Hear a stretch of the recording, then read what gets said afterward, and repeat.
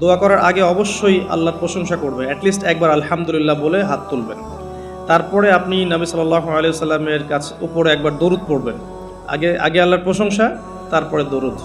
এরপরে আপনি নিজের পাপের ক্ষমা চাবেন। আগে আপনি পাপ করেন বা না করেন, আগে বলবেন রব্বিক ফিরলি, আল্লাহ আমাকে মাফ করে দাও, পাপ করেন বা না করেন। এটা সুলাইমান আলাইহিস সালামের সেই দোয়া থেকে আমি শিক্ষা নিয়েছি। সুলাইমান আলাইহিস সালাম যে বিখ্যাত দোয়ায় বলেছিলেন যে আল্লাহ আমাকে এমন মুলক এবং রাজত্ব দান করুন যে মুলক আর রাজত্ব আপনি কাউকে কখনো দেননি। এই দোয়ার শুরুতে তিনি বলেছেন রব্বিক ফিরলি, আল্লাহ আমাকে মাফ করুন। তো এটা আদব, দোয়ার আদব হচ্ছে আগে নিজের ক্ষমা চাওয়া, আল্লাহর কাছে নিজের ভুলের ক্ষমা চাওয়া, তারপরে দোয়া করা। হামসানা, দরুদ, এরপরে আপনি ক্ষমা চাবেন। এবার আপনি দোয়াগুলো করবেন আপনার মন থেকে। আরবি দোয়া জানা থাকলে আরবিতে দোয়া করবেন, কারণ আপনি আপনার রবের সাথে আরবি দিয়ে কথা বলবেন, এর চেয়ে আসলে গর্বের কি হতে পারে? আরবি ভাষা কেন শিখব, কি দরকার আছে? এটা কি সাম্প্রদায়িকতা? আল্লাহ রাব্বুল আলামিনের আল্লাহ পাক যে ভাষায় কোরআন নাজিল করেছেন, আল্লাহ পাক যে ভাষায় কথা বলেছেন কোরআনে, সেই ভাষায় আমি আল্লাহর সাথে কথা বলছি, এর চেয়ে গর্বের কি আছে আমার জন্য? আরবি কেন শিখছি, কেন শিখবো? এই ভাষা দিয়ে আমি আল্লাহর সাথে কথা বলবো। জান্নাতে এই ভাষা চলবে, কোরআনে এই ভাষায় নাজিল হয়েছে, কবরে এই ভাষায় প্রশ্ন করা হবে, তা আমি কেন এই ভাষায় আল্লাহর সাথে কথা বলবো না? এর মানে এই নয় যে কেউ যদি আরবি না জানে অন্য ভাষায় দোয়া করতে পারবে না, এমনটা নয়। অবশ্যই কেউ যদি আরবি না জানে, বেসিক দোয়াগুলো না জানে, সে বাংলাতে দোয়া করতে পারে, কোনো সমস্যা নেই। ইংরেজিতে দোয়া করতে পারে, উর্দু দিয়ে দোয়া করতে পারে। ভাষাগত পার্থক্য আল্লাহর কাছে নেই, তবে আরবির মর্যাদা আছে। আর এটা আমার কাছে গর্বের বিষয় মনে হয় যে আমি আরবি দিয়ে আমার রবের সাথে কথা বলতে পারছি, আমি আরবি দিয়ে কথা বলছি। এবং আরবি দিয়ে দোয়ার ক্ষেত্রে আপনি এত এত ভালো করে মনের ভাব প্রকাশ করতে পারবেন অল্প শব্দে, যেটা হয়তো অন্য কোনো জায়গায় সম্পূর্ণ হয়। এরপরেও আমি বলবো যে মাতৃভাষায় মানুষের মনের ভাব প্রকাশের ক্ষেত্রে সহজতা আছে। যদি কেউ আরবি না জানেন, সেক্ষেত্রে মাতৃভাষাতেই বেশি বেশি দোয়া করবেন, চলতে ফিরতে দোয়া করবেন। নির্দিষ্ট সময়েই দোয়া করতে হবে এমন নয়। রোজা রেখে সারাটা দিন যখনই আপনার মন চাচ্ছে, মনের মধ্যে একটা কিছু চাহিদা আসছে, আপনি দোয়া করে ফেলবেন। নবী সাল্লাল্লাহু আলাইহি ওয়াসাল্লাম বলেছেন, যদি তোমাদের কারো জুতার ফিতাও ছিঁড়ে যায়, সে যেন সেই ফিতাটাও আল্লাহর কাছে চেয়ে নেয়। প্রতিটা বিষয় আল্লাহর সাথে শেয়ার করতে হবে। আল্লাহ, আমার চাকরির দরকার, আমার রিজিকের সমস্যা, আমার পারিবারিক সমস্যা, আমার ব্যবসার সমস্যা, আমার ইলম অর্জন করতে চাই, আল্লাহ আমাকে ইলম দান করো। আল্লাহ, আমি শারীরিকভাবে অসুস্থ। বিভিন্ন রকম সমস্যা আমরা জর্জরিত আছে। প্রত্যেক মানুষের কোনো না কোনো সমস্যা আছে। সমস্যা থাক বা না থাক, দোয়া করতেই থাকতে হবে। যে ব্যক্তি সুখের সময় বেশি বেশি দোয়া করে, আল্লাহ পাক দুঃখের সময় তার দোয়া বেশি কবুল করেন, এমনটা হাদিস এসেছে। যে ব্যক্তি সুখের সময় ভালো আছে, এখন আমার ফিজিক্যাল আমি ফিট, এখন আমি আল্লাহ পাকের অসীম নিয়ামতের মধ্যে আছি, বাড়ি গাড়ি টাকা করি, আত্মীয় স্বজন, স্ত্রী সন্তান সবই আছে, আমার কোনো কিছুর অভাব নাই। এরকম সুখের সময় যে ব্যক্তি বেশি বেশি দোয়া করবে, ইস্তেগফার করবে, ক্ষমা চাবে, আল্লাহ পাক দুঃখের সময় সেই বান্দার পাশে থাকবেন ইনশাআল্লাহ। আর সবচেয়ে বড় দুঃখের দিন তো কিয়ামতের দিন। আল্লাহ পাক সেদিন ইনশাআল্লাহ আমাদের সাথে থাকবেন ইনশাআল্লাহ তাআলা। দোয়ার আগে এই আদবগুলো মেনটেন করবেন। বাংলা ভাষায় দোয়া করেন যদি আরবি না জানেন। আর আরবি জানার দিকে আমি বেশি জোর দিচ্ছি, আরবি জানলে বেশি ভালো হয়। হিসনুল মুসলিম বইটা সাজেস্ট করলাম। এবং দোয়া করার কিছু টাইম আমি বলছি যে এই সময়গুলো আপনি বেশি বেশি দোয়া করতে পারেন। রোজা রেখে সারাদিন দোয়া করতে পারেন যে কোনো সময়, স্পেশালি নামাজের সেজদায় একটা সেজদাও যেন বাদ না যায় যেখানে আপনি কোনো দোয়া করেন নাই। অ্যাটলিস্ট আপনি কিন্তু সেজদায় তাসবিহ পড়েই বলতে পারেন, আল্লাহুম্মা আতিনা ফিদ দুনিয়া হাসানা ওয়া ফিল আখিরাতি হাসানা ওয়া কিনা আযাবান নার, আল্লাহুম্মা আইনি আলা যিকরিকা ওয়া শুকরিকা ওয়া হুসনি ইবাদাতিক। যে কোনো দোয়া, আল্লাহুম্মা আনতাস সালাম ওয়া মিনকাস সালাম ফাহাইয়িনা রাব্বিনা বিস সালাম, আল্লাহুম্মা ইন্নী আসআলুকাল হুদা ওয়াত তুকা ওয়াল আফাফা ওয়াল গিনা। কত দোয়া আছে। রব্বি হাবলি মিনাস সালিহিন, আল্লাহুম্মা রব্বানা আতিনা ফিদ দুনিয়া হাসানা ওয়া ফিল আখিরাতি হাসানা ওয়া কিনা আযাবান নার, রব্বিরহামহুমা কামা রাব্বায়ানি সাগীরা, রব্বানা আতিনা মিন লাদুনকা রাহমা ওয়া হাইয়্ লানা মিন আমরিনা রাশাদা।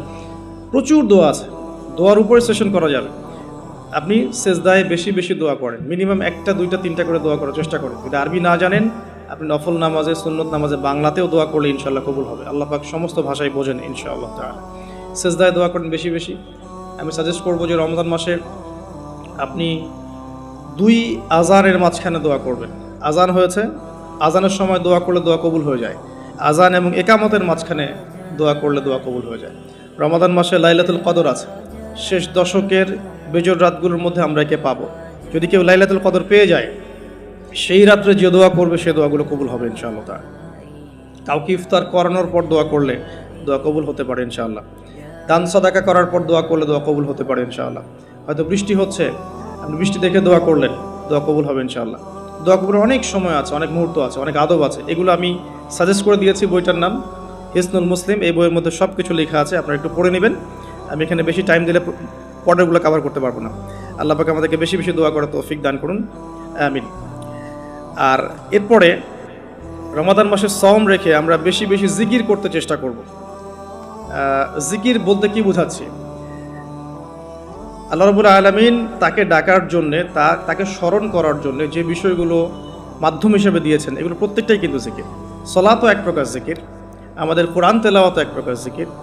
আমরা এইখানে জিকির বলতে যা বোঝাচ্ছি সেটা হচ্ছে ডেইলি কিছু জিকির আমরা করি, যেগুলোর মধ্য দিয়ে আমরা আমাদের জিহ্বাকে তরতাজা রাখবো, সিক্ত রাখবো। আমরা সবসময় আজে বাজে কথা বলার চাইতে এই কোরআনের কথা, হাদিসের কথা বা আল্লাহ পাকের তাসবিহ তাহলিল, এগুলো তো অভ্যস্ত হলে পরে দেখবেন রমাদানের সওমের আধ্যাত্মিকত্ব বাড়ছে ইনশাআল্লাহ। এটা আপনি প্রমাণিত যে আপনি 1 ঘন্টা অহেতুক কথাবার্তা বলেন কারোর সাথে, আপনার মনের নূরগুলো নষ্ট হয়ে যাবে।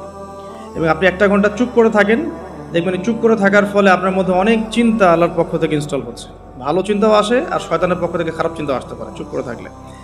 আর যদি আপনি বেশি বেশি জিকির করতে থাকেন, ফর এক্সাম্পল 100 বার সুবহানাল্লাহ, ফর এক্সাম্পল আলহামদুলিল্লাহ, আল্লাহু আকবার, লা হাওলা ওয়ালা কুওয়াতা ইল্লা বিল্লাহ, আস্তাগফিরুল্লাহ ওয়া আতুবু ইলাইহি, হাসবিয়াল্লাহ ওয়া নি'মাল ওয়াকিল। আপনি বলছেন লা ইলাহা ইল্লাল্লাহ অথবা লা ইলাহা ইল্লাল্লাহ ওয়াহদাহু লা শারীকা লাহু, লাহুল মুলকু ওয়া লাহুল হামদু ওয়া হুয়া আলা কুল্লি শাইইন কাদির, সুবহানাল্লাহি ওয়া বিহামদিহি, সুবহানাল্লাহিল আযীম অথবা সুবহানাল্লাহিল আযীম ওয়া বিহামদিহি। এরকম প্রচুর জিকির দেয়া আছে, কিন্তু এই বইয়ের মধ্যে দেয়া আছে। এগুলো যদি নিয়ম করে করি, আমরা একটা সময় ফিক্স করে করি যে আমি এই 1 ঘন্টা ফজরের নামাজের পরে এই জিনিসগুলো করব, তাহলে কিন্তু আপনি আপনার রোজার মধ্যে ইফেক্টিভ বিষয়গুলো খুঁজে পাবেন। তবে আমি এটা সাজেস্ট করি যে আপনি চলতে ফিরতে এই কাজগুলো করবেন। ঢাকা শহরে আমরা যারা থাকি, আমরা জ্যামের সাথে অভ্যস্ত। আমি বলবো যে জ্যাম যেমন একটা আযাব আমাদের জন্য, আমরা মানে বস্তুবাদিতার পিছনে বেশি ছুটছি, তো আল্লাহ পাক এই জন্য আমাদের সময়টাকে খেয়ে ফেলছে। এত দ্রুত তুমি দুনিয়ার দিকে ছুটতে চাও, বসে থাকো এখানে। যত বেশি ছুটবেন তত বেশি আল্লাহ পাক পিছিয়ে দিবেন। দুনিয়ার দিকে আপনি যত বেশি ছুটবেন, আপনাকে আল্লাহ পাক তত পিছিয়ে দিবেন। তবে মুমিনরা এটাকে নিয়ামত মনে করতে পারে। আপনি জ্যামে বসে 1 পারা কোরআন তেলাওয়াত করতে পারবেন। আমি চেষ্টা করি, জ্যামে বসে আছেন আপনি এই তাসবিহ তাহলিলগুলো করতে পারেন। তাসবিহ একটা পকেটে রাখেন, আপনি বের করেন, জ্যামে বসে আছেন, 100 বার সুবহানাল্লাহ পড়তে আপনার 5 মিনিটও লাগবে না। 100 বার আলহামদুলিল্লাহ পড়তে পারেন বসে বসে, 100 বার আল্লাহু আকবার পড়তে পারেন, লা ইলাহা ইল্লাল্লাহ পড়তে পারেন, আস্তাগফিরুল্লাহ ওয়া আতুবু ইলাইহি 100 বার পড়তে পারেন, আল্লাহুম্মা সাল্লি আলা মুহাম্মাদ ওয়া সাল্লিম দরুদ পড়তে পারেন 100 বার। আপনি দেখবেন সময়টা কাজে লাগলো, আপনার কিন্তু সময়টা কাজে লাগলো, এবং আপনার মনের মধ্যে কিছু খারাপ চিন্তা চেতনা আসছিল, এটা দূর হয়ে গেল, মনটা শান্ত হলো, রিল্যাক্স থাকলেন, আল্লাহর নূর আসলো। এই কাজগুলোই একসাথে মিলে কিন্তু রোজাটাকে আপনার ইফেক্টিভ বানাবে। আগে শুধুমাত্র না খেয়ে থাকাটা আপনাকে খুব একটা রুহানিয়াত দিবে না। আল্লাহ পাক আমাদেরকে বেশি বেশি জিকির করার তৌফিক দান করুন, আমিন।